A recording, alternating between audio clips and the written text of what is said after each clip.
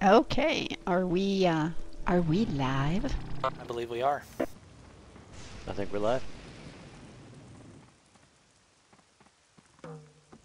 Yay. Okay. Sorry for the delay, guys. We were having some trouble with the Twitch channel and the chat overlay. So here we are. Welcome to the Dark Age of Camelot's Knights podcast.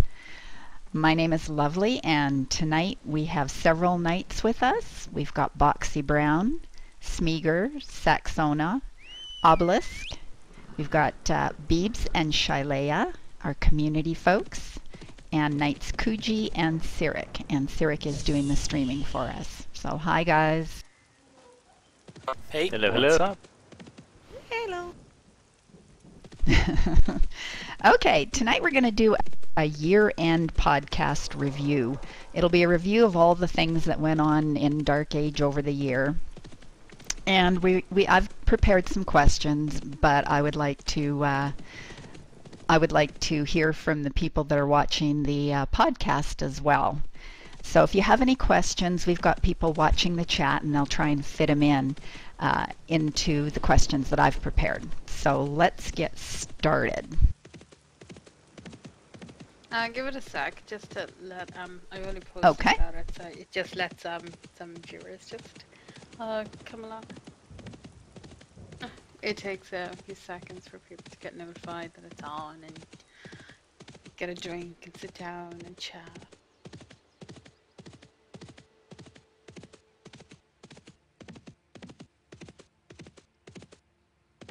This is so weird. I'm watching this on two screens. I've got it on my laptop, and I've got it on my desktop, and my desktop is zipping along, and my laptop is just kind of struggling.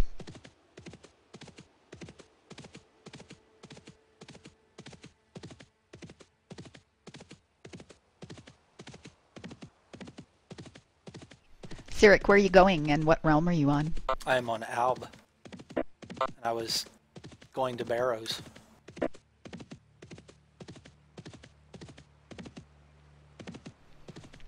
PK Bridge, the memories.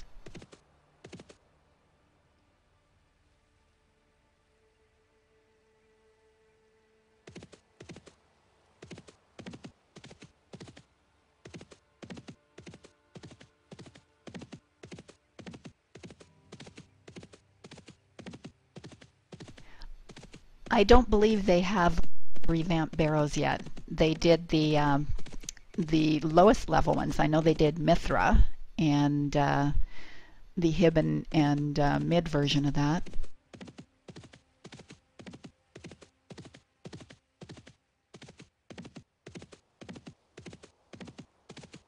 No, they have not revamped Barrows yet. I'm sure it'll be coming up soon.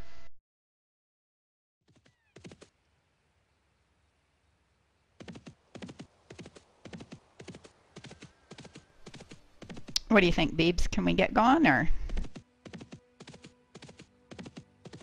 Sure, go for it. It starts off slow anyway. So the first thing we'll talk about is January. I'm going to do kind of a month-by-month thing, and between Beebs and I, we picked up the new things that happened each month. We got them off the Herald, off the newsletters, and that sort of thing. So in January, they had the first BG weekend of the year, and for the Knights, I was wondering which BG you guys like and why. So being the level 50 version of it. So which one do you guys like? I'm a big fan of Kilolo, just due to the layout of it. I really like the hills and stuff, and it just seems like it's decent action for small man groups, and even like some full groups is pretty fun in there as well. There's a lot of places to hide, and if you're not familiar with it, it's the BG with like the valleys that kind of come out right out of the portal keeps, with little bridges that go across each. They're connecting the two parts of the valley. Yeah, that's definitely my favorite. I'm afraid I'm going to have to agree there. Yeah, I really enjoyed playing in Killalow. when we had the ruined keep was brilliant fun. Made such a difference to the way you were able to play, and yeah, it was quite intensive action. You know, pretty non-stop most of the time. So it was really good fun. Yeah, I'm gonna have to go ahead and say Cathal Valley. Um, that's 100%. I think the best designed BG out of any of them. I love the mile gates. I love the fact that it kind of feels like old E-Main. Like I really love everything about it. Um, I mean, I mean, I don't really know what else I can say about it. I mean, it's just the best BG in my opinion. I had fun in the Lervik one. I thought that was different. Yeah, Liverpool was nice too, and I also like Cathal. Nobody likes Caledonia. It's alright. It's nice for like nostalgic purposes, I think. It's always fun going back. I'm going to go totally different. I like the Thid one that we just had, the last one, because it's so small and the action is crazy fast. So I think that one was my favorite one.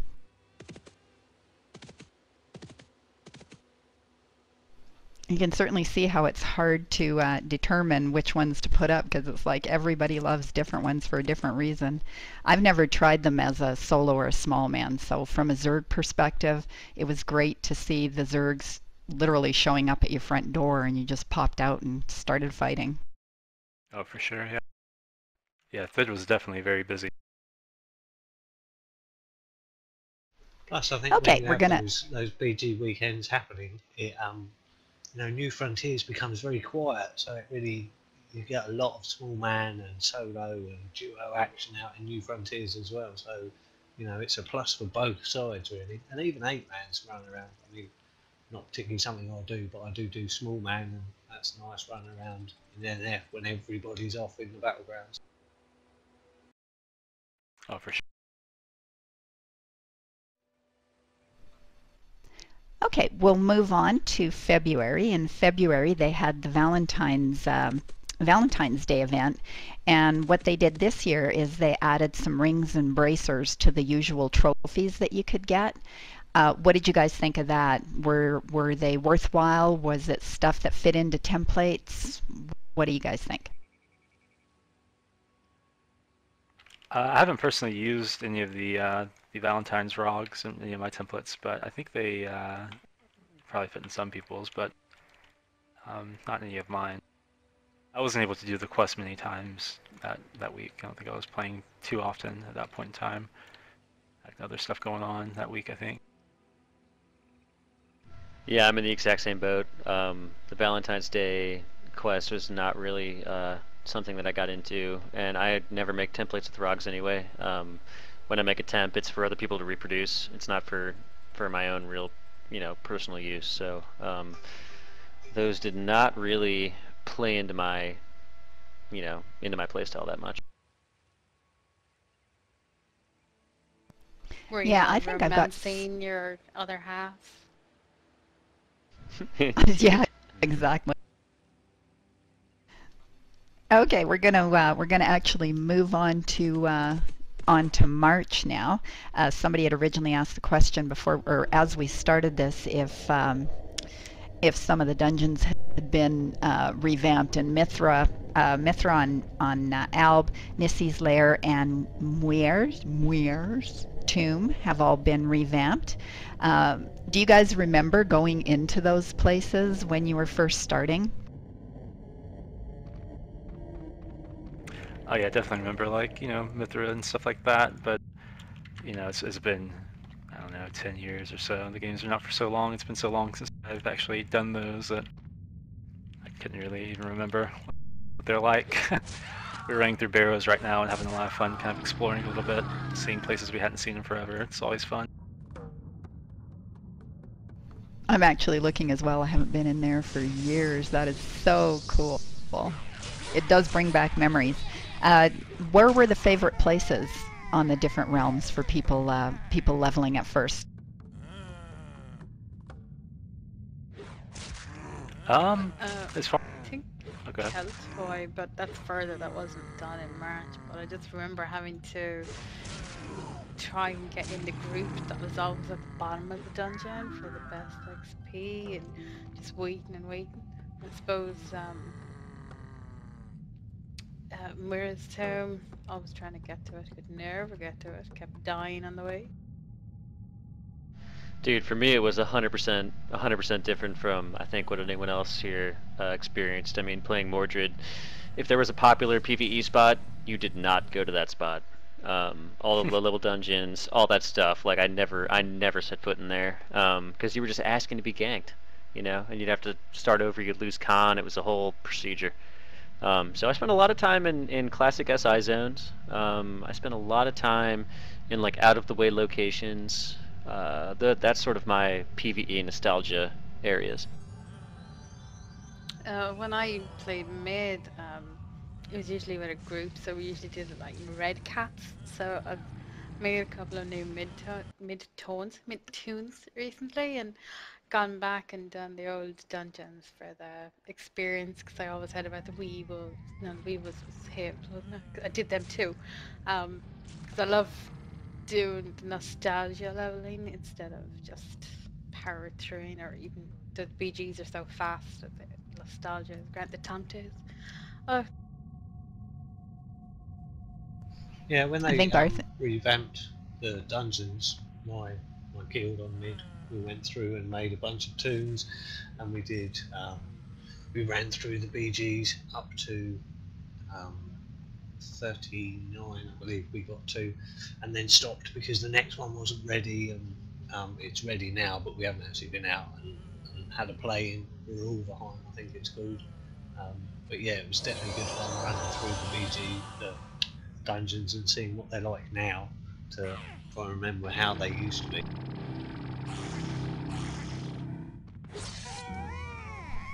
Yeah, I remember doing Mithra, and then when Beebs just said Keltoy, I remember Keltoy too. That was just way out in the boonies, and it was just super cool to get there.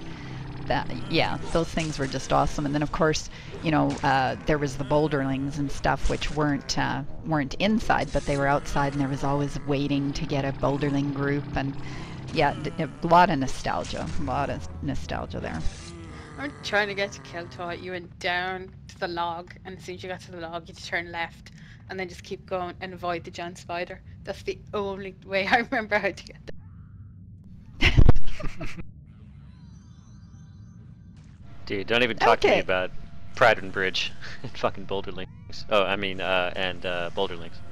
Yeah. Way to go, Maxie. Yeah, I did not good, just say that out loud. And begging for buffs, and people that were like level 20 or something, they were the gods in the game, and you would beg clerics for buffs, and that would make you super uber. I never got to experience the Finns waiting list, but I heard great stories about it. Ours was What the was the trees wait alternative? list. Yep. It was trees. Was mids only red cats, or no? Because before SI, that what were mids doing? Oh yeah, there was I mean, always someone begging for money. yeah, you never had any money back in the day, did you? It was, give me some money so I can get a horse to get where I need to go. And the progress was on Alb was trees was it. That was the only way to get to level 50. And the Sorks and the Minis were super popular because we could mez all the trees that were coming. And then DF opened, and then that was the place to go to get the last few levels. Shredders. Yeah, they used to be fun because you'd have to go and take the keys out, like today. If you want to get into DF, you have to own it. So it was always fun to have to do an hour and a half of RBR before you could go off and proper level up and in guildies or anything. So speaking of leveling, in March we also introduced Realm Rank 14. And before the podcast started, we were just talking about trying to think if there's anybody on the live Uwain live server that is Realm Rank 14. I think, Saxony, you've got a few people on Gaheris, right? That's right. There, I think the very first Realm Rank 14 was Mental Burn. His real name is Tony, and he he. I think what happened was, for some reason, I decided that I wanted to get 200 million realm points on my bard, and he actually started to do the same thing. Like, we were kind of in competition with each other, and I got my bard to about 168 million before I took a break from the game, and but he kept going, and by the time March came along and they announced this Realm Rank 14 thing, he he had pretty much gotten pretty close. He needed about I don't know. I think he borrowed about 5,000 dreaded seals from my guildmate, and so he borrowed them, and he was the first to get Realm Rank 14. And this is Geharis, so we're not really in any real competition with each other. So we were all happy to see it happen for him. So that was cool. And then the most recent Realm Rank 14, there's 11 on Geharis right now. The most recent one, I'm not sure when it happened, but within the last couple months anyway. Krechov, the enchanter in Keepers of the Light, he got Realm Rank 14. He or she, I'm not familiar with this person. I think they're, I probably know them. I just don't know this particular character.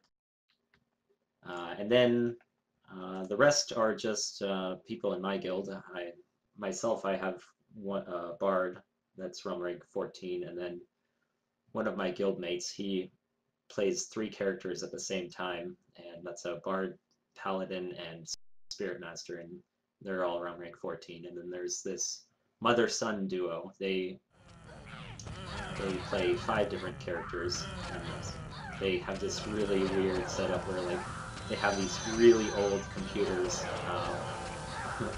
playing, all lined up, these 5 computers with a character on each computer, and I don't know how they do it, but they play these 5 different characters, and they got Realm Rank 14 for all of them, and that's Spirit Master, Bard, Paladin, Druid, and another Spirit Master. So in total, out of all the Realm Rank 14s that exist right now, 3 of them are Bards, and 3 of them are Spirit Masters. Nice. So did that family get them all at once? Like, all at the same time, the mom and son? Well, they got, I believe, 4 of them Realm Rank 14 all at once. But then they waited a couple months later because their second Spirit Master, they actually created a whole new Spirit Master to get Realm Rank 14 because the original Spirit Master that they had was named Vicomte, which, I don't know if you know this, but that's the Realm Rank 13 title for Midgard for males. So his Spirit Master's name was Vicomte, and he didn't want to ruin the name, so he actually made a completely new Spirit Master. Oh, wow.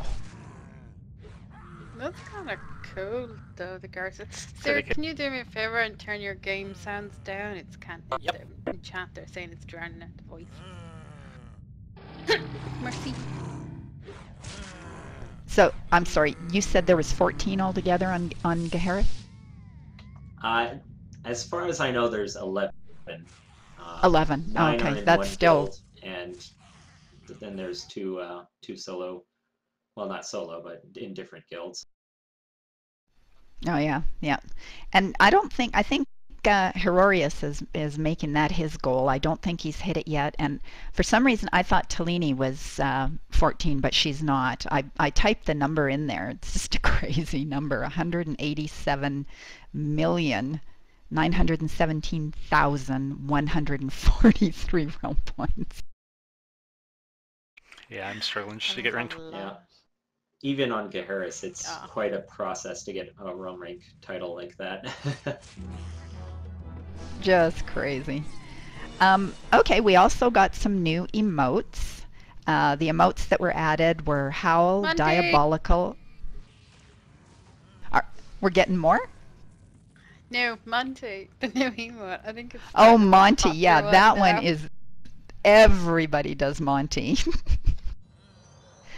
So we had Howl, Diabolical, Brandish, Startled, Talk, Monty, Loco, and Cower. And honestly, Monty is everywhere. Yeah, I'd see streamers when they would be the solo streamers or the small men's duo, small men's streaming. Whenever they get killed, there's always a Monty thrown out.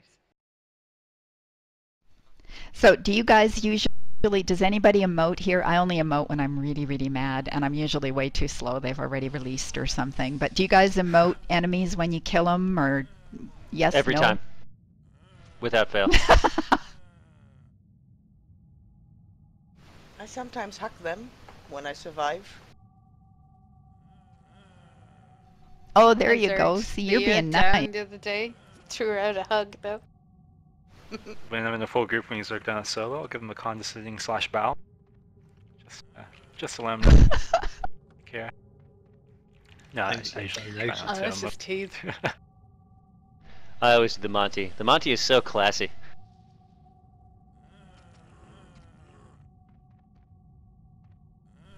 I don't know why I get frustrated when people hug me. And then there's people that I really like, and when they hug me, it's all good. So I think it depends who's giving me a hug. Smeagol, you're allowed to hug me. Oh, thank you. I do try. No problem. You're usually the person that kills me. I think Nate is in chat with his howl. I think Obi, you got that a couple of weeks ago. Is Lord of the Realms here? He is. Oh, Lord of the Rings in. is present in the chat. Yeah, I'm here. Yeah, I do like seeing his pictures on post count that he puts up showing his howl and his weird writing over the screenshot that he's taken. I enjoy those more than I should. Against Obi. Yeah, me too. But then Obi came back with one of his own, which was just brilliant.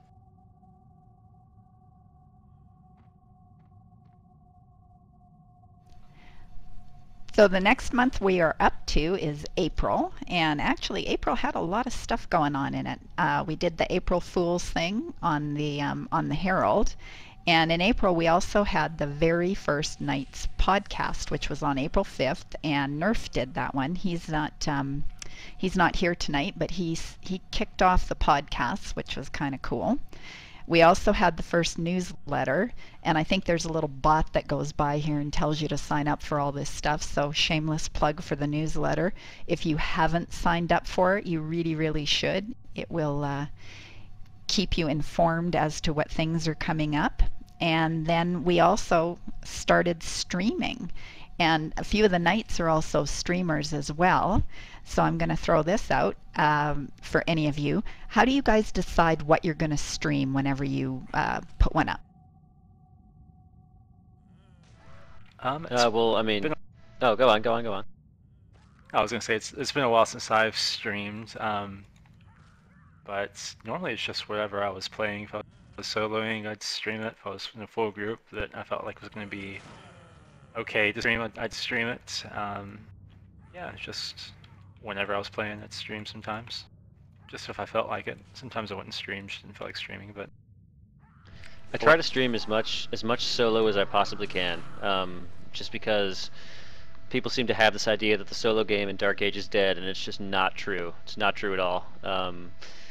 And so I try to sort of counteract that mistaken belief with as much solo stream as I can possibly do. And I mean, I'm not on all that often, but when I am, I try to just show, hey, there's fights out there. If you have patience, if you're down with getting run over every now and then, there's good fights out there to be had, good 1v1s, good 1v2s. So give it a shot, and that's my whole deal. That's how I approach streaming in general. nice. And when you're streaming, are you playing music in the background? Are you talking? Is it just the real-time thing that's going on in the game, or what do you do? Music, always. People need to know what good music taste sounds like. So you got like I was ABBA going on in the streaming background or outside. something? Oh or yeah, something? Dancing Queen, Go the for whole it. 9 yards. You know Gotta the have names of the Fernando. songs. You're giving yourself away. No. What have I done? And do you guys show yourselves while you're streaming? Why or why not? Sometimes, and it's just another thing that people seem to enjoy. You know, I I'm when just I'm so watching handsome, stream- lovely, that I really just try to give the people what they want.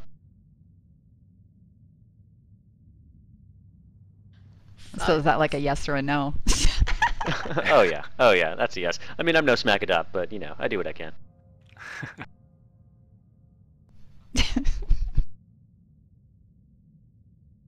I have to say, smack-a-dop streaming with his baby in the frame, it's one of the most adorable things I've ever seen in my life. I it enjoy it is every time he's so up. adorable. It used to be his cat, and now it's his little Smackdock Junior.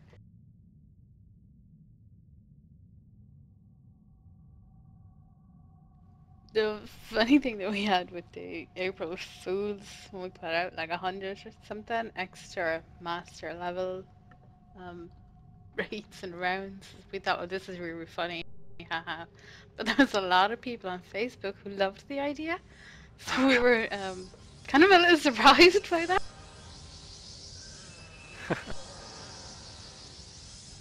Oh, they I thought it was actually- for real and they thought it was good? Yeah, I they thought were it like, was oh, bring it on. pretty cool. I remember replying to that post on Post Count when you posted that April Fools on Post Count. I replied with, "Sounds like an amazing Harris expansion." Oh, it would have been. That would have been some expansion, alright. Oh, that's hilarious. I would have thought people would have There been was- raging. Yeah, like, was it like 200 extra artifacts or something? The artifacts go up to level 100. I think that was it. Oh my god. And you had to re-level all of them, including back to 10 and everything. But they were all wiped. It was a good one. Okay, another thing that came up in April was the traveling merchants came back, and they had the Frozen Medal of Honor and the Gem of the Harbinger were added to them this time, as well as some DF items. And this is also for the folks in the chat, not just for the knights. What additional things do you think would be good to have on those merchants?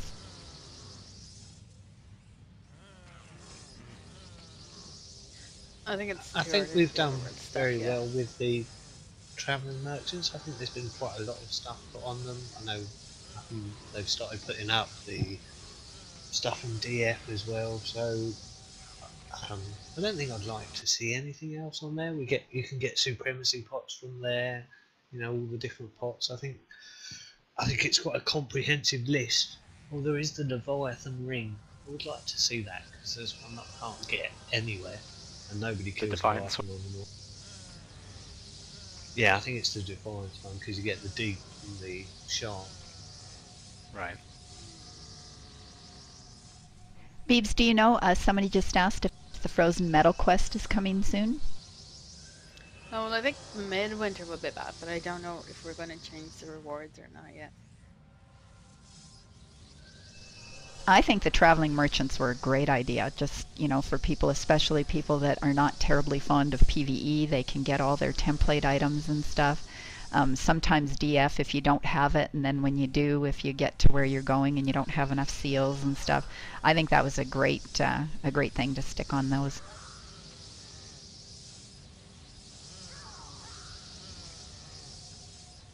I know, can't think of what's not on there. It actually is extremely comprehensive. What about the prices? You guys think the prices are fair? Oh, I think the prices are absolutely fair. Yeah, plaid is easier to come by now than it ever has been in the past. I mean, it takes what, like people can level LGM spellcrafting in like a day. Of just, you know, you throw on an episode of South Park or something, and you sit down and you just press 2 over and over again, and you're good. You know, the crafting bonuses and the guild buff, like it's super fast. And there's other ways as well. I mean, farming, and there's plenty of solo encounters now that you can farm that are good plat that will sell on your consignment merchant and housing, and it's really good. So like 100 plat for like the best item in the game, fine with that. Yeah, I did see one of the helms going for a rather extreme price the other day, but someone bought it. So obviously, there's people do have quite a lot of plat, and you get. I mean, if you RVR a lot, you do get a lot of plat. It's amazing how much you get for killing people. That's actually true. I don't know that people realize you do get a ton of plat for coming out to RVR. So it's not just PvE that you can earn some money. That's the only way I get my plat anymore. Okay, the last thing that happened in April was changes in the night program. That would be our program. What do you guys think? Do you think the changes that happened were good? You know, the fact that we're doing a lot more stuff, a lot more community interaction, the streaming, the podcasts, the how-to videos. What do you guys think? Yeah, the Knights have definitely been more active, more visible than in the past, it seems. A lot more public and community friendly, I think, now. Yeah, I think it's just letting people know that we're kind of a bit of a link, and we can pass on things, and if you've been playing for quite a while, you'll have a font of knowledge that you can pass on. Not too much, but enough just to get people by.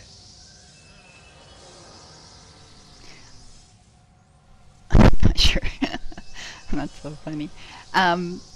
I think the program has come a long way. I think the community feels comfortable talking to us, and I'm sure this happens to all you guys. You know, there's not a time that I log in where I'm not inundated, and I shouldn't say inundated. I'm asked several questions. It kind of, we can pass it on to Beebs or Shilea or to the developers or whatever, and I think it's a nice bridge between the players and broadsword and stuff, and we have a different perspective, I think, and I think it's really done a lot of good for the game personally. Well, I'm very happy with it, and I'm very happy with the Knights and everything. I'm sure they're probably sick of me, but I'm doing up the list for 2016, so they're probably going to read that and go, "Oh God." The list. That does not sound good. I hesitate to ask this. Maybe we won't let Beebs answer this part. What other things could or should the Knights be doing? Everything! I mean, there's always room for improvement. Regardless of sort of the past state of the program and what we're doing now, and maybe the slight disconnect between there. There's always more that can be done in terms of exposure and sort of community involvement, things like that. The job is never over, I guess is what I'm trying to say here.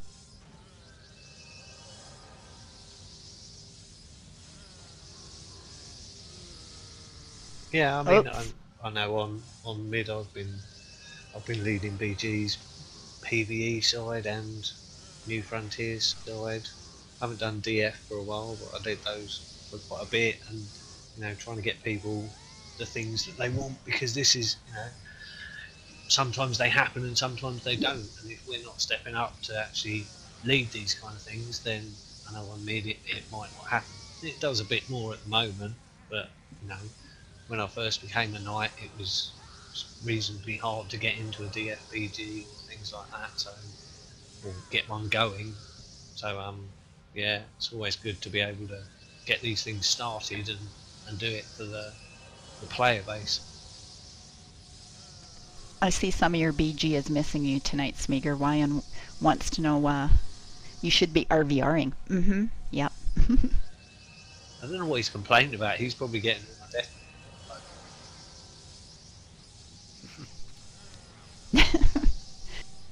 Yeah, there's solo nights. I think Boxy plays solo, Obi, Kuji. I know I'm not a solo knight. I think there's a pretty good cross section of guys that play solo and small man. Yeah, Fugo is another big one. Yeah, there's I would say what there's 20 of us so far. Beebs, what's the count? I think it's 17. 17. So there's 17 of us. I would say a solid 4 to 5 are strictly or majority solo players. I think it's a pretty. Yeah, I ratio. definitely think we've got a good mix of, you know, play styles in the nights as well. You know,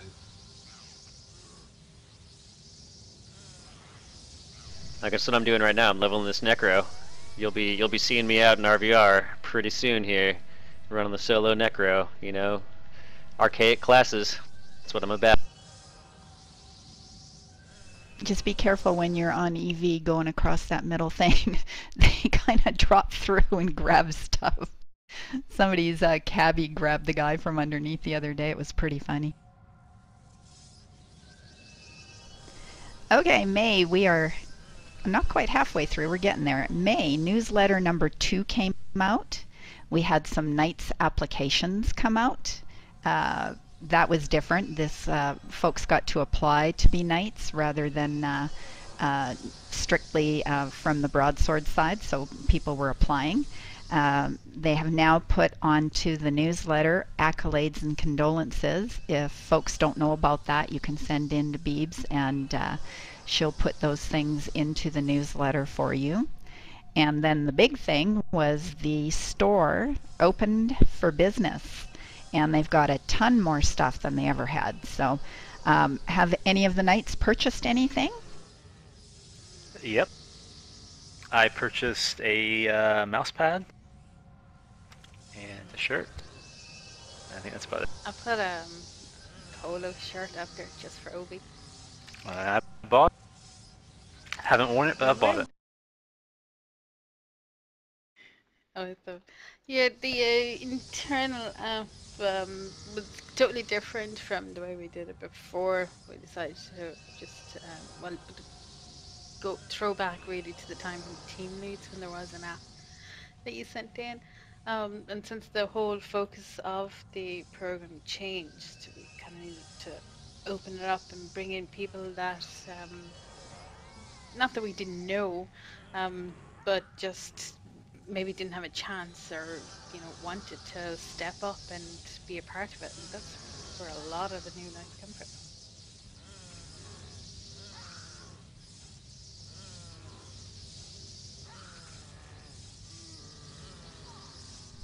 And I think that really pulled in the community too.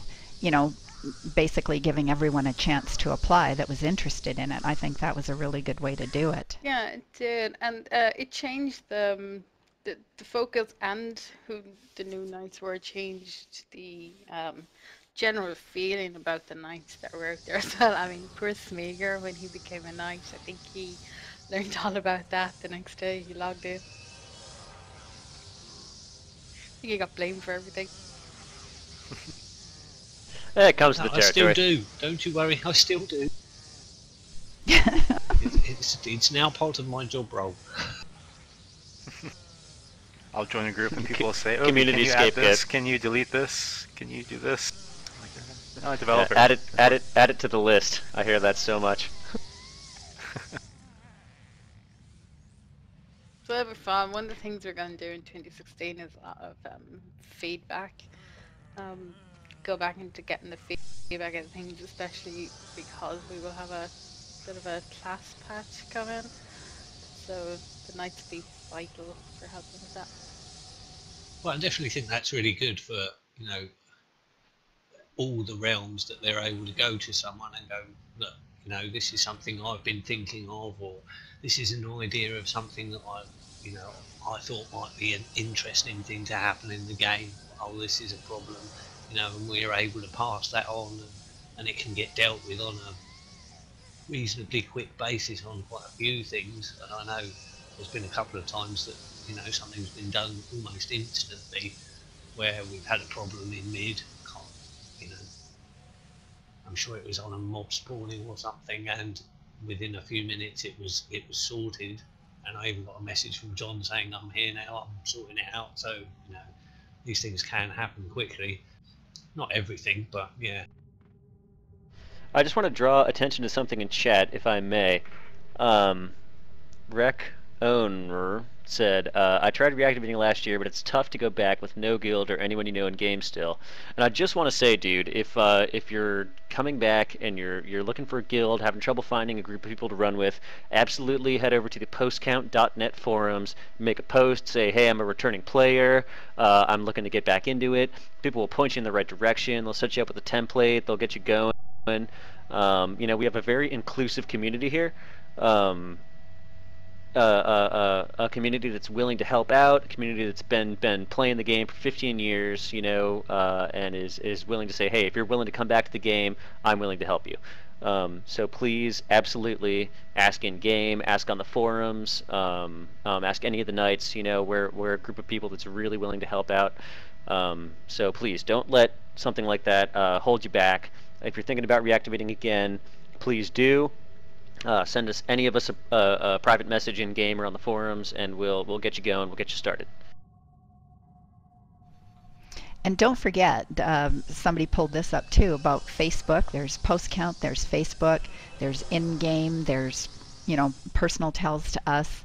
There's a multitude of ways to get included back in stuff. And Boxy's absolutely right. We are actually a pretty inclusive community, and it's great to see people will hook you up with stuff.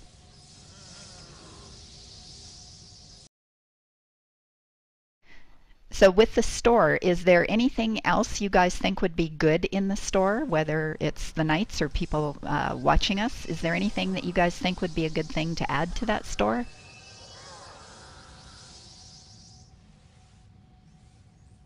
I think A funny sword with the things. Celtic knot hilt. See, that would be cool. Yeah, actual real life weapons. Can we talk about that for a second? That'd be great. Lightsabers.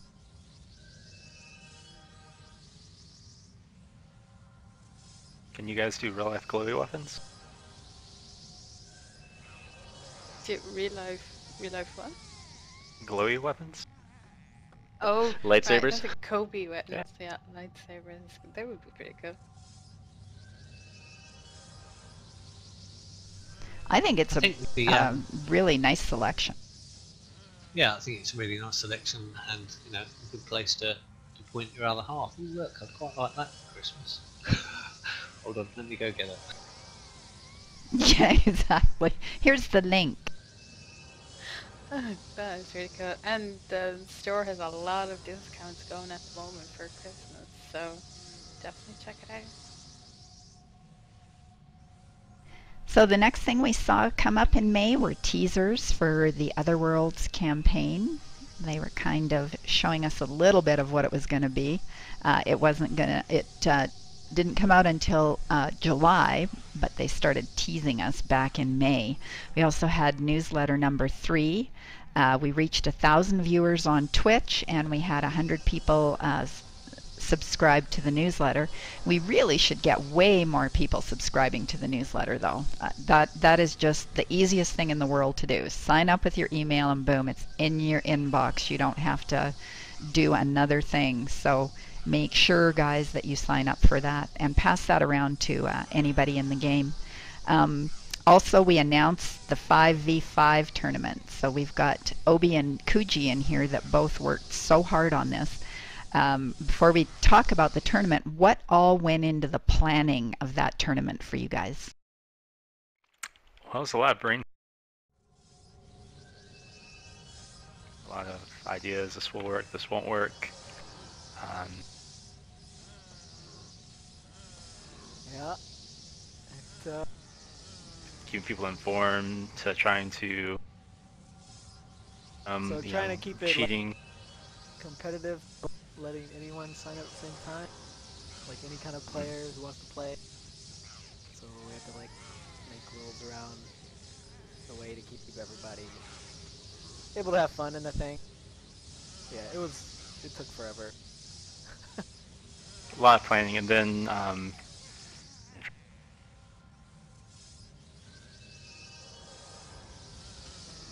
you know, if you have. Well, I think this thing was huge. Like, how many hours do you guys think you spent organizing this before the thing even started? I don't know. I mean, I don't know how many Anyway, hours, but it was over the course of, I mean, I guess weeks we were talking about it, brainstorming things. mm, Yeah, it started internally with us, I think in April. mm. Yeah, And it was then a lot of fun trying to figure all this stuff live out, and all though. this. It was good Yeah, fun. it was fun, for sure. But when it was done, we were like, thank God. Yeah. Thank God it's over. And, you know, fortunately it was a success. We'll talk about that in a bit. I was gonna say, dude, just quick shout out. That was a massive success. Everyone that I know that like played the game and no longer plays was like, wow, I watched that and like I kind of want to reactivate. Like that was a huge thing. So thank you guys, just cordially, real quick. Thanks. Yeah, it Oh, was, we it enjoyed was it. nice guys, if seeing you all the people come or like watching the stream and stuff. So it felt good when you. Yeah, it was when definitely let me worth it. interrupt you guys real quick. Can you turn off your in-game sounds because they can't hear you guys talking? Thanks. So, Kuji, can you repeat that?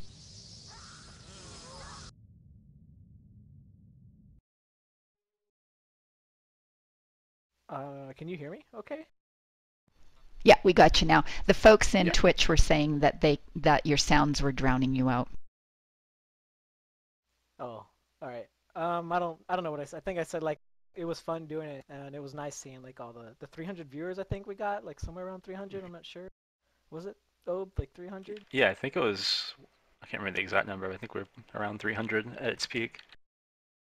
Definitely had a nice Yeah. viewership there. So it was nice seeing that everything paid off at the end. Bumbles was wondering if they got their special skins. Did those folks get their skin? We're actually still waiting on one to reply with their details. Yeah, Oh, still we'll waiting on say that. I think. good night to Smeagol, the poor guy. That's what time is it in the morning there? It's only 2 o'clock. Oh, there you go. Night, night, Smeagol. Night, So, Smeagol. Thanks for. Thanks for So joining us, I man.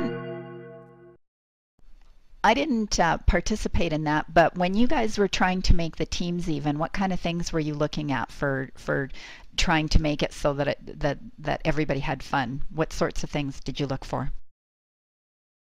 Well, we didn't actually make their teams. People could sign up with their own team. Actually, I mean that was a requirement.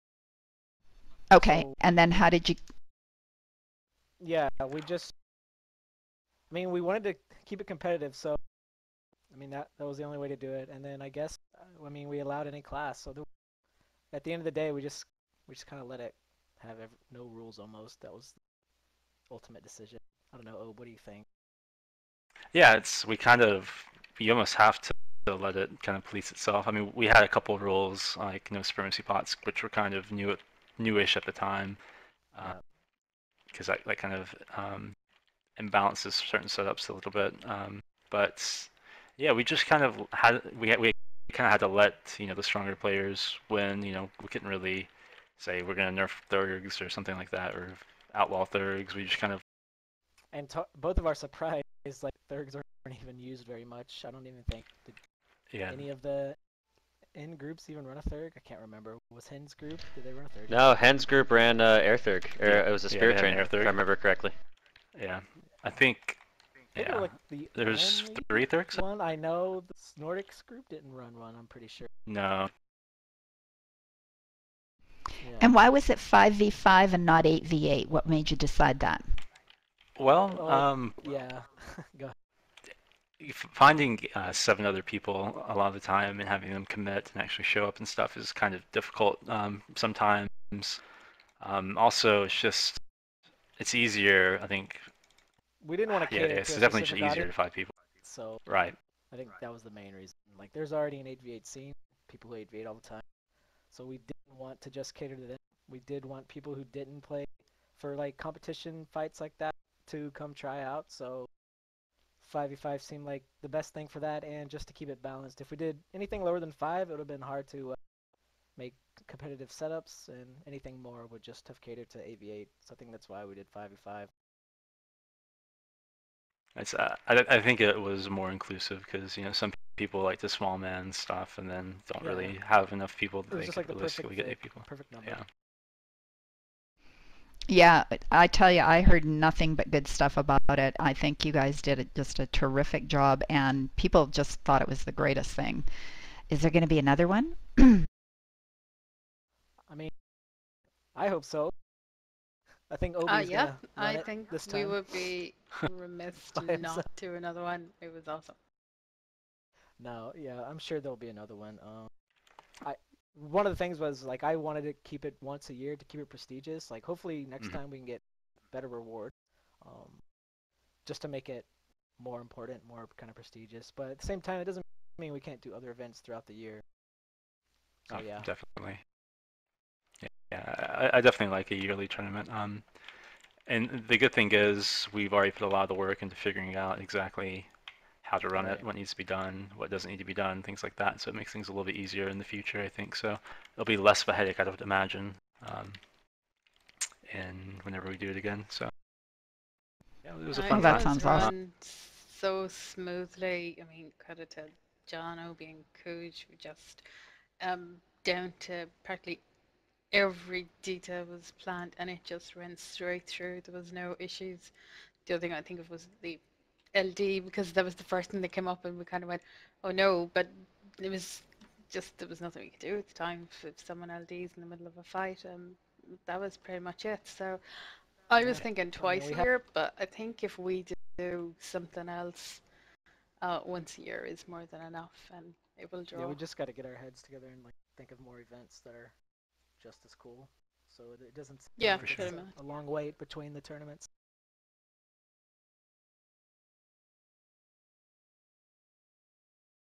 And also, one of the fun things about that tournament was the Twitch stream. We had commentators commentating the fights, similar Oh to what yeah, you that see was in like great. other professional esport games. It was really to Oh, see those that in Dark guys. Age.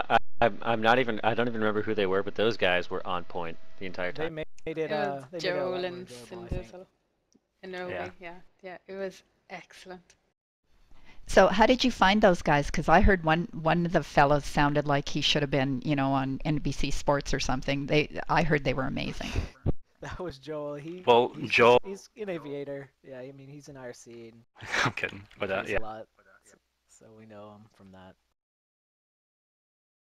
Does He he do that volunteered. professionally, or was he just really good at it? I think he did. He's just It's like a he's hobby. oh yeah, wasn't he like a Yeah, radio host or something? yeah. I think he did some like hockey games or something like in Yeah. college, like just for fun, helping out. But no, he yeah, it's not what he professionally does, but he's very good at it. So it was awesome having him. Nice. Yeah. Okay, we'll move through. We're up to June now. We had June was pretty quiet. We put some more videos up, some more how-to videos, and we had newsletter number 4. And then in July, dun dun dun, Other Worlds began. So for you guys, do you guys like questing?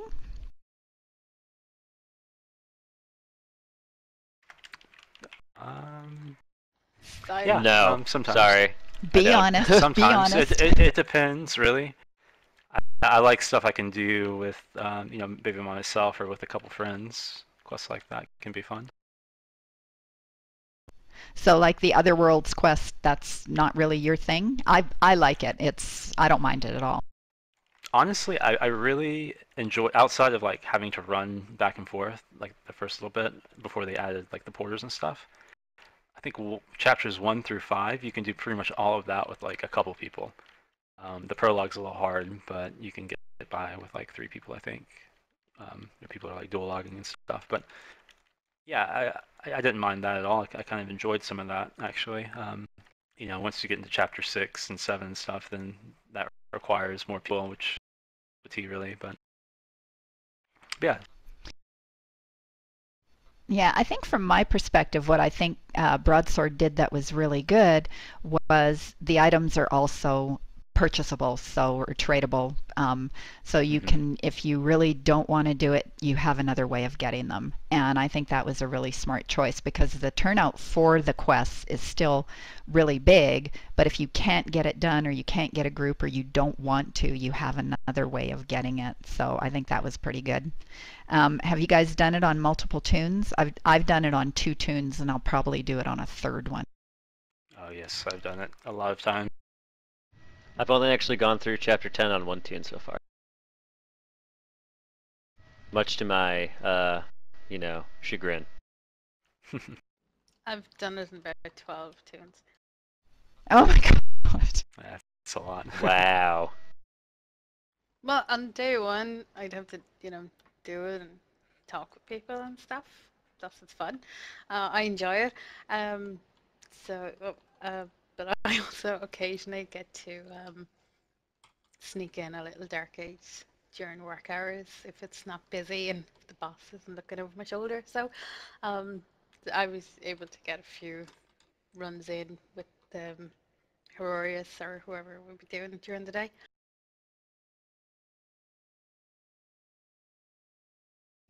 So for Saxona, I was going to ask you on Geharis, what are the differences for the quests different than on Yuane? Um, I can't really honestly answer that question because I've only ever done the quest on the PvE Geharis rule set. But what I do know for sure is a difference is the fact that you can do it on all 3 realms, which means that you can get the otherworldly loot, like from the quest rewards, 3 different times. So if you're on one character, you can do it on Hib, and then later do it in Midgard, and you could get 2 of the same kind of ring, or if say you wanted the arcane ring and the mighty ring on the same character, you can definitely do that too. And then you have a third opportunity for the third realm too. And having all 3 realms, do you think that makes the quests easier? You know how sometimes specific classes just have an easier time of doing something than maybe other classes?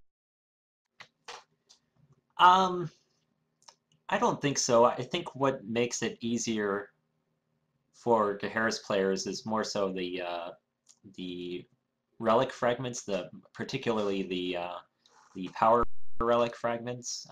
If people don't know what I mean by fragments, I mean on Geharis, the relic encounters are not capturable. They're actually PvE encounters where you kill a boss, and then because no one power should have this kind of power from a relic, it's decided that you are supposed to destroy the relic. And so you shatter into little pieces, and as a reward for breaking the relic, you get a fragment of the relic, which is a very powerful item that a single character can use. And for the power relics, it basically acts as a focal myth charge, uh, uh, increasing your spell level, and I think it might even increase your damage a little bit as well. So I think out of anything, it that's what makes it easier for Geharis players. But at the same time, it's sort of compensated by the fact that our population is so low that you know uh, a Yuane raid can muster up 50 people easily. And if we had 50 people on a raid, it would be an amazing turnout because generally the population at any given time is around 60 to 100, and quite a bit lower during off-peak hours. I'm pretty sure when we were over there playing Geharis for a little bit, there was a gal over there that organizes during prime time. She's usually running raids. I've forgotten what her name That's is. right, Mytha. She's really great. She's consistent with her raids, and they're usually, as far as I know, almost always successful, and she always gets a good turnout. So, yeah, if you are a raid leader and you want to try out Geharis, please send me a message, Saxona on Postcount or Electro on Geharis.net, because we could definitely use more leaders. And if you want to try it out, I will gear you up and get you going as fast as anyone would know possible. And I will give you a big shout out to Harris, because you guys, when we were over there, we were leveled within two game days, so that was about 4, maybe 5 hours. People are just amazing, helping you get stuff, and I think it's a really good community. I think they're just great folks over there.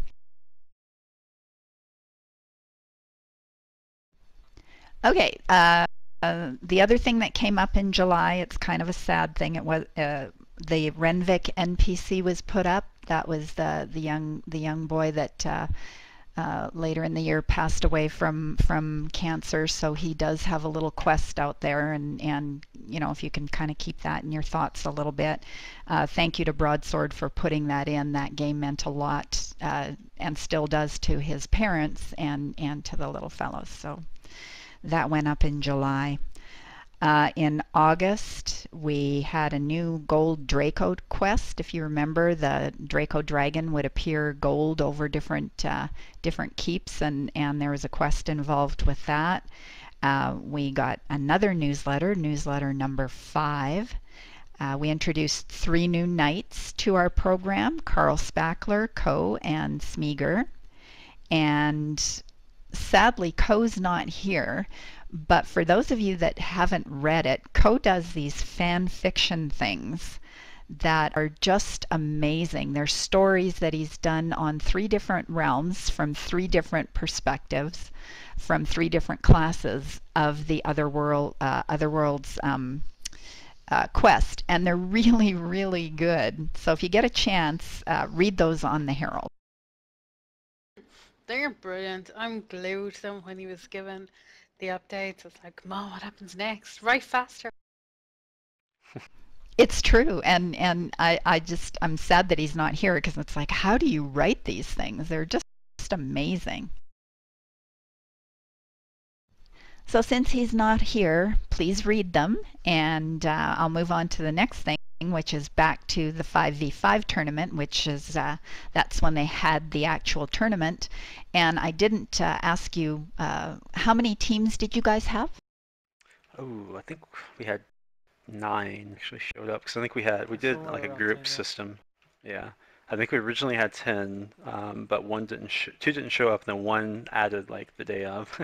So we did like a group system similar to like the World Cup, if you guys follow that ever. But yeah, we had 1 group of 5 teams and 1 group of 4, and then the winners, the top 3 teams of those, I believe, if I remember correctly, met in the knockout stages. But yeah, it was a lot of fun. Had a lot of people. We had a ton of people just sitting around Pendragon also that weren't in groups, just watching as well. And yeah, I think we had about 300 people watching the stream, which was awesome. I don't think I've seen. Yeah, I think 9 groups is perfect for our first go, because it was just the perfect amount of people and teams and everything. So, I mean, hopefully we'll have more for the next time that we do it, but 9 was just perfect for getting going. Yeah, it was a great That's number. actually a lot of people. That's a lot of people. Oh yeah, it's definitely a lot of people, but it was, it wasn't as difficult to manage as, like 20 groups or something, and we were able to knock it out in 1 day of playtime, which was good. Because if you start like breaking the tournament up over multiple days, then someone may have to work. They won't be able to get off in order to have the fights done. How many So hours did really it take nice. for you to get through all that? I think it was like 7 or 8 hours. It was a very long time. Yeah, So if you straight had through more, start to finish. okay, if you had more teams, would it have taken a lot longer? I'm assuming stuff was going on at the same time, or was it one thing at a time? I didn't have a chance to see it, so that's why I'm asking. Yeah, we did 1 fight at a time, so we could stream each fight and commentate each fight. I think in the future we could, kind of make it a little bit quicker, so it wouldn't be so bad if we did have more people. Ideally, keeping it in one day is probably the best way, but you could, I guess, split it up over 2 days, and it wouldn't be the end of the world. I would almost But split it yeah, up over in the weeks future, instead of days. It was like one yeah, or Saturday or Sunday, whatever it was, each week instead of like back-to-back days. But I mean, there's a way around it. Yeah.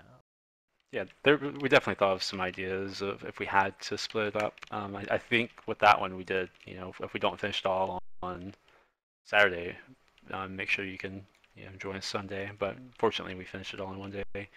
But yeah, in the future, we learned a lot from doing. I mean, it wasn't perfect by any means, but it was pretty smoothly. But in the future, I think it'll be even more smooth, and we'll be prepared for those things. Definitely learned a lot. So. Well, I'm sure if you guys do it again, you're going to get more numbers because you got so many positive reviews and stuff. So I'm kind of thinking for the future, you're going to get more teams. Oh, definitely. Well, Yeah. hopefully Yeah, I think we will. we'll be able to make a better and smoother system so it runs easier with more people as well. So yeah. Yeah. It should Yeah. be good. Big shout out to John, who had to. John was doing a lot of work. Our lead developer, he was porting everyone, resetting people's RAs, doing all sorts of stuff. So he did an awesome job. He was working like mad, I'd imagine.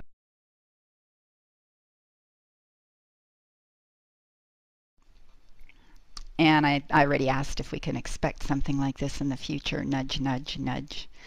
Okay, the other thing we had was during that month was an interview with Kevin, and we also had one-day radar suspensions. That was in August. In September, they announced the changes to Agrimon as well as the changes in RVR with the new supply lines and the relic gates being more difficult. There's the new terrain and textures. What do you guys think of the new terrain and textures? They're awesome, I think. Even running around like Bloodmere or like Crouchen or something like that, like even those, like the textures and the graphics there seem to be very, they're obviously updated, but they seem very nice. The new island is awesome looking. There's so much cool stuff there. It's just fun to run around and explore it. I think they definitely did a good job art-wise and texture-wise. So if there was one thing, or maybe more than one thing, graphically that you could change, what do you think would be a good change? I think the art is insane out there. Like I mean, I play all kinds of MMOs, and when I play them, it's like coming back to a new game when they come out with expansion or something.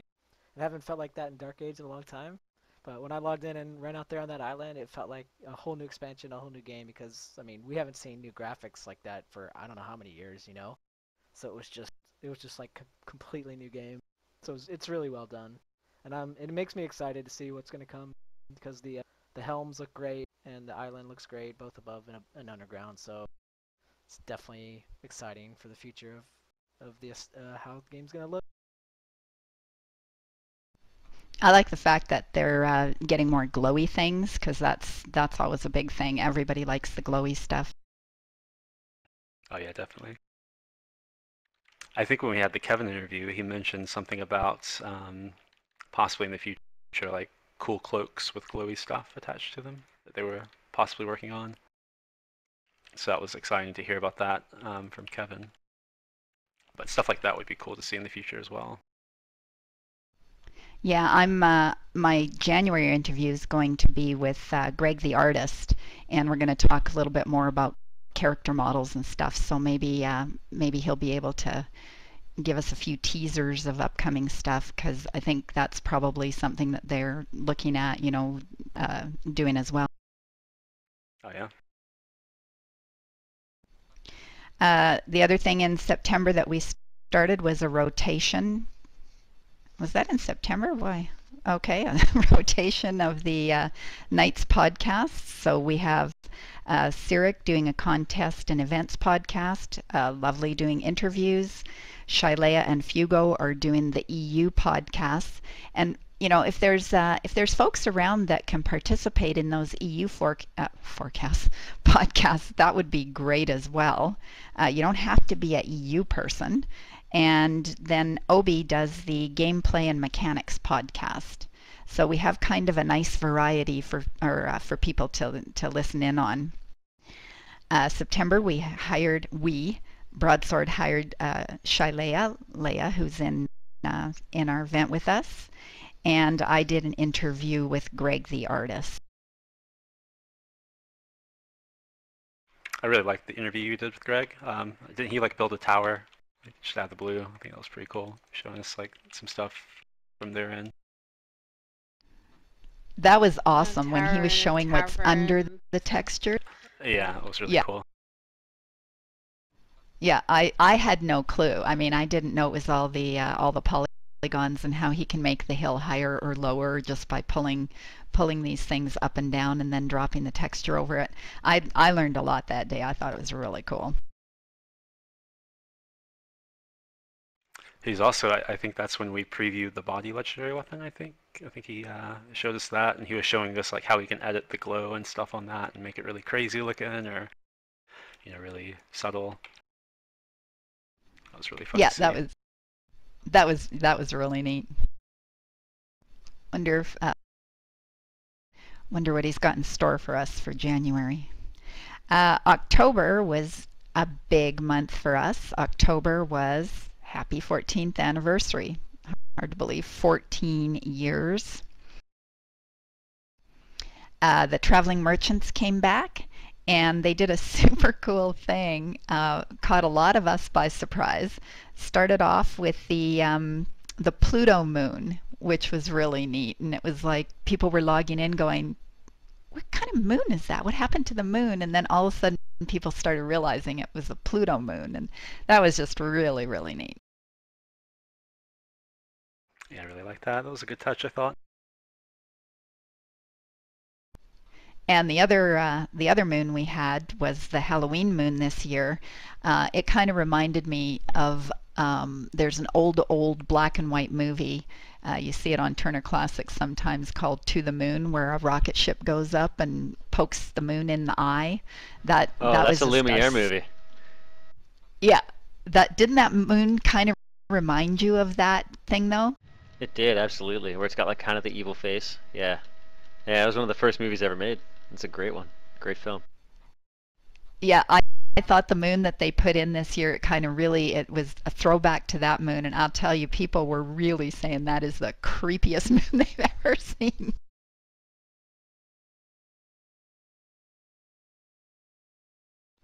I actually... It was funny. They, when I went in during Euro hours and I was in region chat and I asked what people thought, they loved it.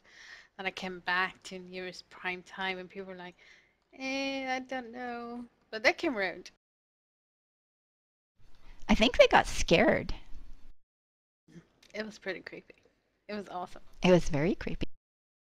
Yeah, the Wyan liked the Pluto moon as well. I actually Googled some different moons, and I'm just going to throw this out here in case any of the devs listen to this thing or look at the transcript or whatever.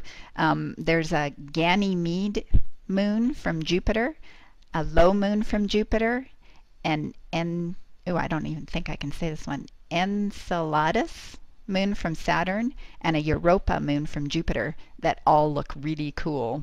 So just throwing that out there.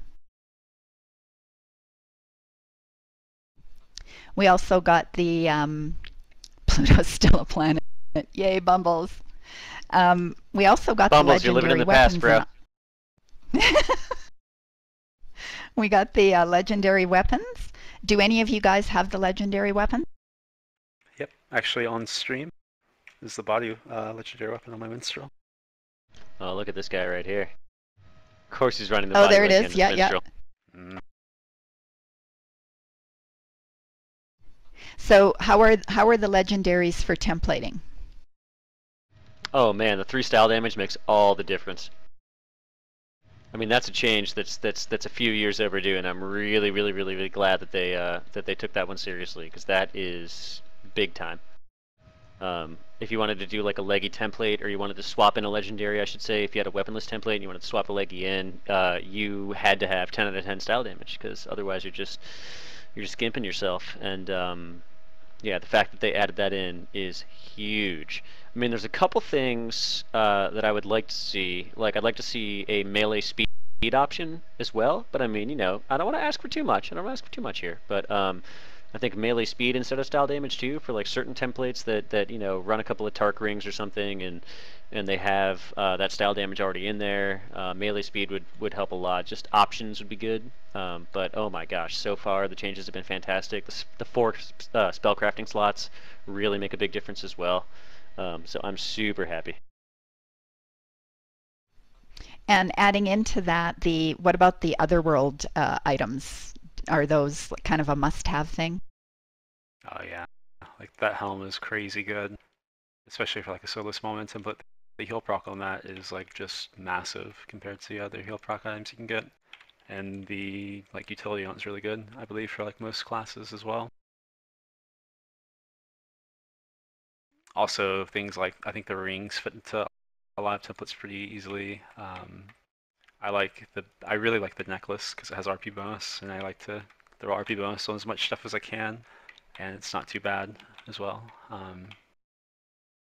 Yeah, I think there's a lot of the otherworld items are really good. I We'll love the have to get bracers some. too, man. I run the Bracers dual are good. bracers on my warden, so I can have maximum melee mitigation. I run the belt, Oh, really? both bracers. Yeah, I've got 8% conversion, the 30 out of 30 melee resists, and I run, you know, I swap in Cold Fang for the extra 10% conversion. It absorbs like it basically absorbs 20% damage on every melee swing, so it's huge. Wow. Like if you stack them all together, That's awesome. it is a crazy amount of melee mitigation. You guys are going to have to post some of these templates. Yeah. Oh, all mine are Minstrel public. one. Every single one. Oh, I need a mini one. I need a new minstrel template. One that won't let me die. Yeah, I made a new one before the helm, unfortunately, so I need to redo mine on this guy. Add the helm in, but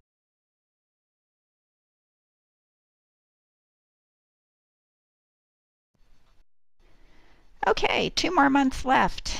November, we renamed Agramon, the Isle of Man, and then it became Ellen Vannon. And John did a Q&A podcast. It was really good. It was the way that podcast was done, for folks that don't know. We took feedback from the Herald, we took feedback from Post Count, and of course feedback from anybody that gave me feedback. And I combined all of that, and then I took duplicates out and that sort of thing. And then by the end of it, we had a big long list of questions, and John ran right through them, and he answered all the questions that we had for him at that time. I thought it was a really good podcast, very informative, a few teasers of things that are coming. I do want to remind everybody to always send in your feedback, because as a knight, it's like Obi said at the beginning, and Boxy said, people send us things and go, oh, while you're at it, can you have Broadsword do this? Well, no, we really can't. We need you guys to be the ones sending in feedback. We are just one voice, and we need people sending in feedback to the Herald. So please, please do that, and it does get read. It does get listened to, honestly. Yeah, seriously. That's another common misconception a lot of people have, is the feedback you send in does get taken into account. Changes are not instantaneous, okay? They don't happen overnight. You need to weigh benefits, drawbacks, all these things. If in the case of class feedback, the state of how your class performs against every other class in the game. Things like this take time, but your feedback is being read, it's being taken into account, and we are not the end all. The night programming, excuse me, it's not the end all and be all of feedback. Like the majority of players, that's really sort of what the devs listen to, what gets taken into account. So please take an active role. If you're frustrated about something, let us know. These things do get taken into account. So yeah, just like Lovely was saying. And Wu made a really good point. This is a very valid point, and sometimes the answer to the feedback is no. So just because you sent in feedback and it didn't happen or it's not going to happen, still continue sending in, not necessarily the same feedback, but send in, feedback of things you're observing, of things, and also if you have a solution to something, sending in feedback going, this mile gate stinks. Well, that's not useful. Send in something that you think would be a solution to something you see wrong in the game. That's also kind of helpful. Okay, last month, December. It's almost Christmas. Ellen Vannon is here. So I think we already said folks really like it, but what are your thoughts with regard to the new Ellen Vannon Island? I love it. So far, I've I enjoyed love how myself. much detail. Oh. Sorry. I love Go ahead, it's fine. I was just gonna say someone's always on the island before, and now it's that. Like, it's good. So it's great. Go ahead. Yeah, I had to leave the island today because there's so many full groups, and I was in a duos, but I was just imagining if I was in a full group how much fun it would be because there was just groups everywhere. And we went to around, I think, Albino, Hadrian's Wall area and had a ton of fun in a duo there because it seems like a lot of the small man solo people are going away from the island and leaving the full groups to the island. So it's a lot of fun. And even when we do small man on the island, there's still a lot of stuff you can do, a lot of stuff you can kill. So I've really enjoyed it. And what about the docks and stuff? Because they changed the docks up, and we're usually, as a Zerg, we're usually in the middle for the quest and getting the realm point buff and stuff. Are you guys finding around the edges and around the docks and stuff is pretty good for solo small man?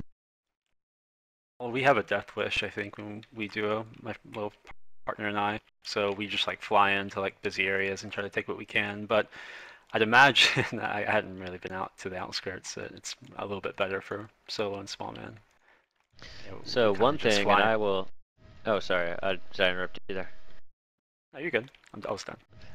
So one thing this is feedback I've been pushing for years, and I'm so glad it's finally happened. Is there need to be more ruined or just structures in general. The ruined keeps are a great start. The towns on the outskirts of the island are a great continuation. I love that ladders have made a comeback in New Frontiers, and that it's not just the relic gates where you can find ladders. Because as any solo player will tell you, that was sort of the bread and butter back in the day.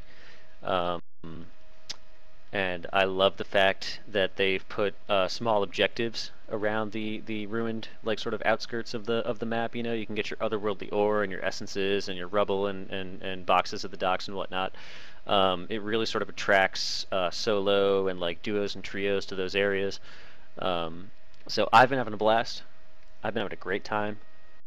And at the same time that it's sort of done all these things, it has also taken a lot of the full groups away from the ruined keeps and mazes, which have sort of been in the past couple of months great solo and small man areas that also sort of get frequented by these groups. So now it's sort of like groups have their place, solos have their place, small mans have their place. I think it's a really, really good change. I mean, I think a lot of the people that I have read some frustration about it. I think a lot of these people, sort of their apprehensions and fears are sort of going to get put aside as we see how it evolves. I think it's going to go a really good way. So, yeah. At the mile gates as well, they've put up little, like, one thing has bones and another thing has some rocks and stuff. So even that's a good spot for soloers to be hiding in that. So when somebody ports into a tower, if they're trying to catch up or whatever, there are a lot of hiding places. Oh, definitely. I really like the bones. Like, I think the bones are in mid. Those are fun to like hang around, kind of hide in. And even for when you're playing in a Zerg and stuff, it gives the healers, clerics, whoever, a good place to stand and kind of try and kind of hide away a little bit. It's not great, but it's not terrible for us either. I am one with a tree. Okay, last question that I have. If you had complete control of the game, what, if anything, would you change on Ellen Vannon? Paladins would have stoicism. Wreck. Just kidding. Hashtag 2K16. So is there anything you would like to see on there, or you think should be changed, or do you kind of think it needs to play out, or what would you Yeah, I'm like to do? kind of think it needs to play out a little bit. It's still really new, and I'd like to see things get settled down a little bit more before we really take anything changes into consideration. Because when something first gets released, it's not its normal self. The action's a lot more. I guess it's a lot more action at that point, and people are still figuring out exactly where to go, what to do, and stuff like that. So I would definitely say let it play out a little more. Let it kind of settle down and then address any issues. Yeah, I think just general bug fixes. I mean, with any new release, there's gonna be bugs, things that you didn't anticipate happening. I know there've already been a couple of those reported on the forums, and people are going to work on those issues. But that would be the big thing in my mind. Is just yeah, just sort of fixing the few minor bugs that are already sort of plaguing the island in a small way. That'd be it. Yeah, pet pathing's one that's like definitely an issue, but I'm sure that's being worked on now, as someone said earlier in the podcast chat.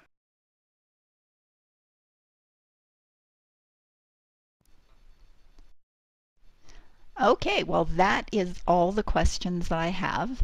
I think we're going to have a game time code that we can give away. Before we do that, is there any other comments from the folks in the chat that they would like to ask anybody in here?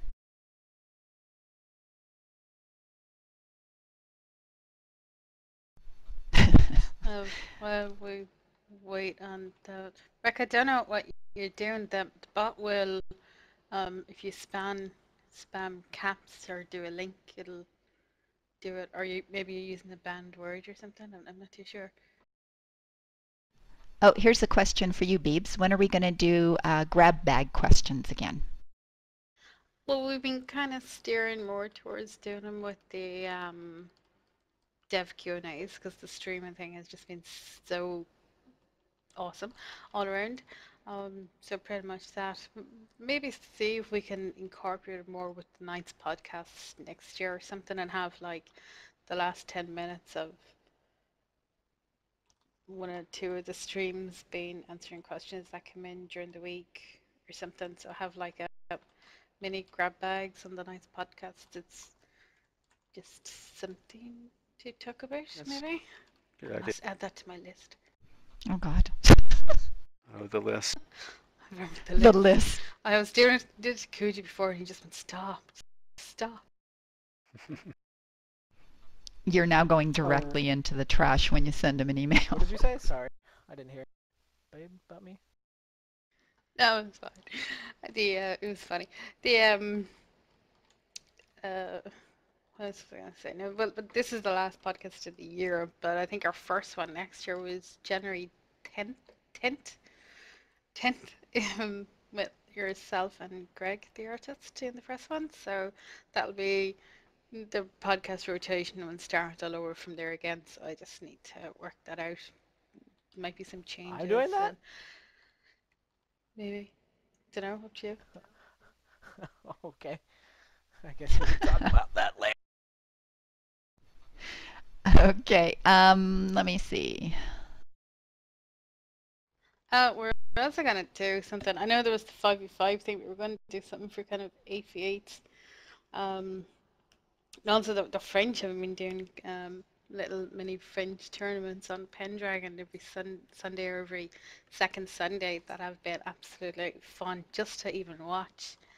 So they're just check out the streaming for them on Sundays. I think it's usually around 2 or 3 EST they start, and they're really fun. Yeah, Oh, kudos to those nice. guys for doing that. It's awesome. Yeah, there's about 50 or 60 of them doing it because they usually have 6 or 7 groups at least. Oh, wow. I wanted to also mention, and I'm not sure if I can do a link or not, Beeb, you guys had this on the front of the Herald. If people go to www.mmorpg.com, they have a contest going right now, and they have 15 Dark Age of Camelot 1-month codes, 7 Dark Age of Camelot 3-month codes, and 3 Dark Age of Camelot 6-month codes as part of the contest. So if you want to head over to that website and make sure you get to be part of that contest. There you go. Carol put it in right there. Go enter that contest, you guys, and you can get some free time codes if you win.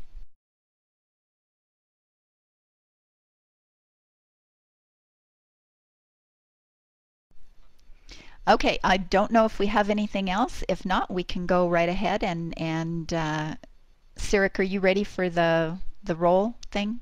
I will try. This is going to be the first time he's tried this, I think, so get ready.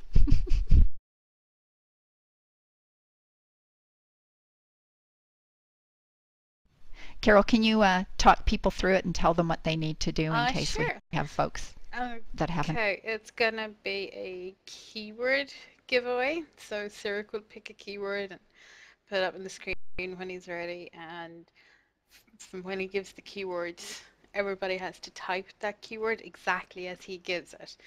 So don't do it in capitals if he has it in small letters.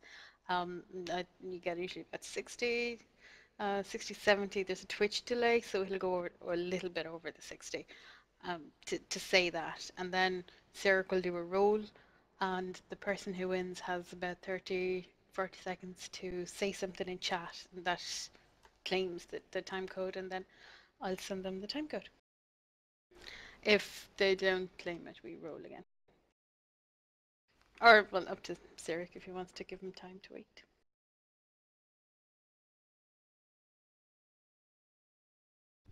Okay, Cyril, whenever you're ready. Gotta figure out where to put the keyword. I hope Nate Bruner wins again. Keyword. Click on the keyword box, and then you should get a box will come up underneath that, and you can type in the keyword. Yep, do I have to enter in the exclamation point as well, or no? I just do by habit, so it can be anything you want.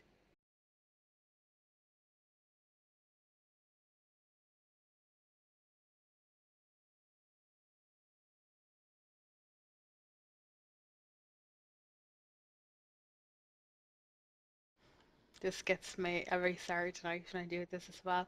What keyword will I use? I'll be sitting here for like 2 minutes and people will be like, come on.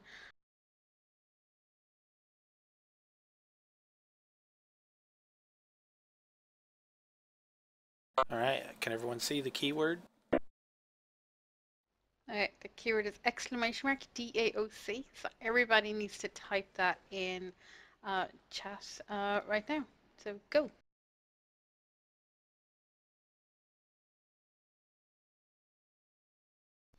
Oh, Just Tubby, one you did exclamation 2. mark. There you go.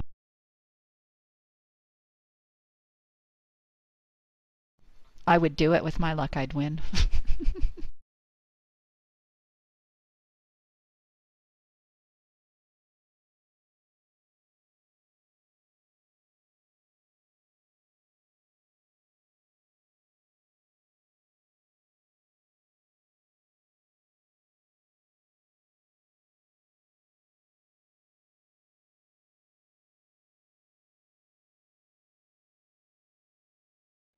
So yeah, this is the last podcast of the year.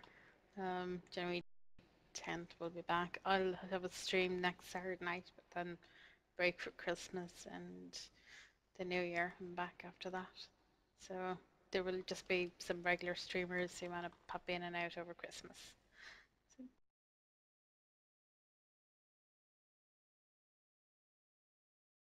So yeah, Cyril, what's your mouse doing? I have no idea. Just look at it go. kind of trippy. Dude, I'm on medication for a toothache thing, and that's not. Well, But you guys are just lucky this even popped up, so. okay, everybody. So what just does he do stop. to? Miss you too, Bumbles. I'll be here next Saturday night, just not for 2 weeks after that. Okay, so time is up. So just press roll, Zurich, and then we'll see who wins the time code for 1 month.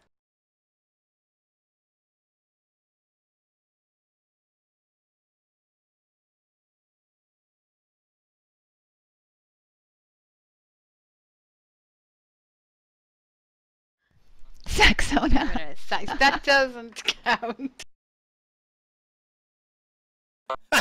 That's why I Oh didn't god, roll. that's so funny. That's why I didn't roll. Yeah. I did fella.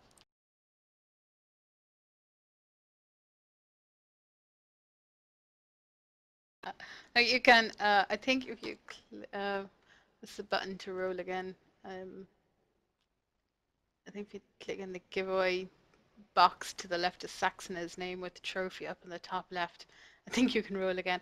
Zach's passed in it anyway.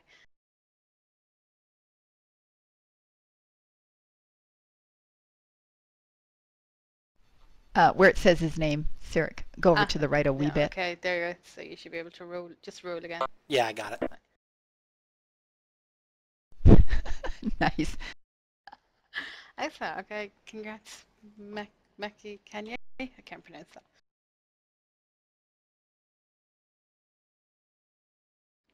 Yeah, if you can find me on, there you go. Send me a message, not a whisper, but a message on Twitch to Yay Carl through the private message system, and I will get you your time code. Congratulations.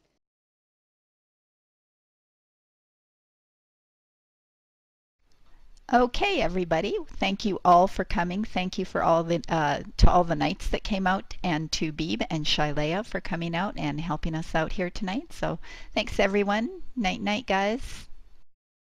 Thanks, everyone. Night. Thank you. Thanks, everyone. Thanks for coming out, guys.